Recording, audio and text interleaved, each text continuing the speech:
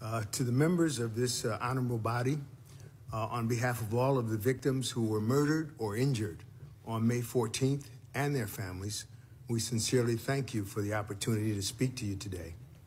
And though I will be sharing with you some of my family's memories about my mother and the devastation her murder has wrought upon our family, the truth is that I'm speaking on behalf of all of the victims and their families. Mrs. Ruth Whitfield was my mother. She was literally and figuratively the heartbeat of our family and my father's soulmate for 68 years. She was the person who held us together, probably just like your mothers did for your families. What I loved most about her was the way she loved her family unconditionally, sacrificing everything for us.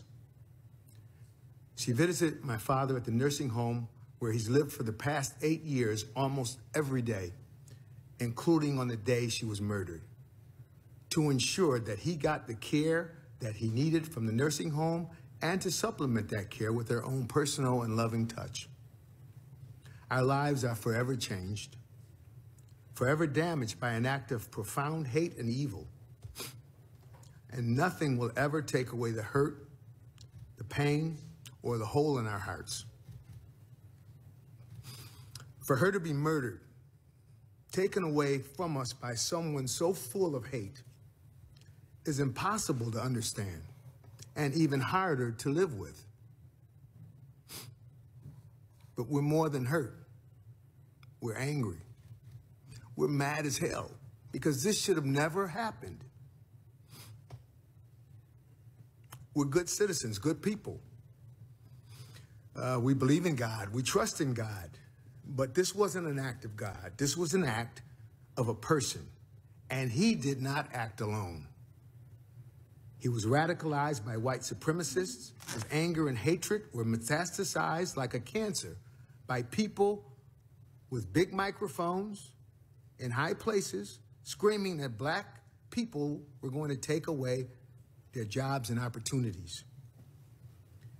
Every enforcement agency charged with protecting the homeland has conducted risk and threat analysis and determined that white supremacy is the #1 threat to the homeland. And yet, nothing has been done to mitigate it or eradicate it. We're people of decency. We're taught to love even our enemies, but our enemies don't love us. So what are we supposed to do with all our anger and all of our pain?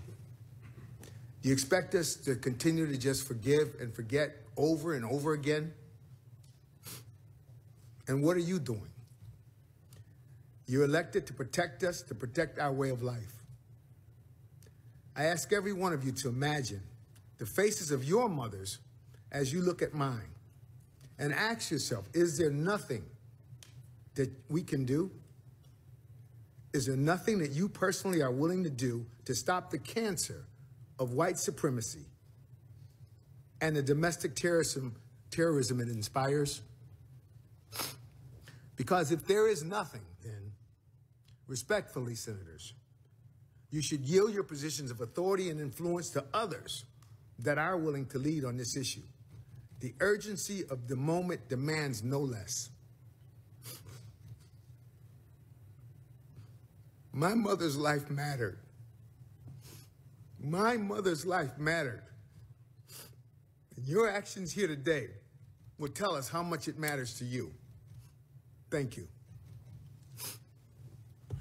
Thank you, Mr. Whitfield.